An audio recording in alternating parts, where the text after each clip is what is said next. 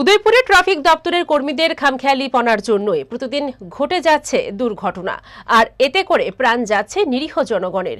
গতকাল রবিবার বাগমা বাজার সংলগ্ন শনি মূর্তির সামনে দাঁড়িয়েছিল একটি মালবাহী গাড়ি, আর উদয়পুর থেকে একটি গাড়ি উদয়পুর থেকে আগরতলা যাচ্ছিল প্রচন্ড দ্রুত গতিতে। বাগমা বাজারে দাঁড়িয়ে থাকা মাল গাড়িটিকে সজোরে ধাক্কা মারে, আর এতে আর্টিকা গাড়িটি দুমড়ে যায়। গাড়িতে থাকা ৩ জন যাত্রী আহত হয়েছে। আহতরা হলেন দেবাশিস দাস, সোনাই দাস এবং রাকেশ দাস। তাদের বাড়ি উদয়পুর পালাটানা এলাকায়। তাদেরকে সঙ্গে সঙ্গে নিয়ে যাওয়া হয় গোমতী জেলা হাসপাতালে। বর্তমানে ৩ জন চিকিৎসাধীন অবস্থায় রয়েছে গোমতী জেলা হাসপাতালে।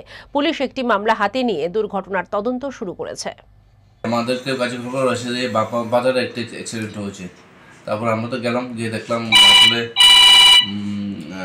অ্যাক্সিডেন্টের ফলে গাড়ির সামনের দিক পুরো কেটে হয়ে যায়, মানে সামনের দিক পুরো মানে ভেঙে যায় আর কি।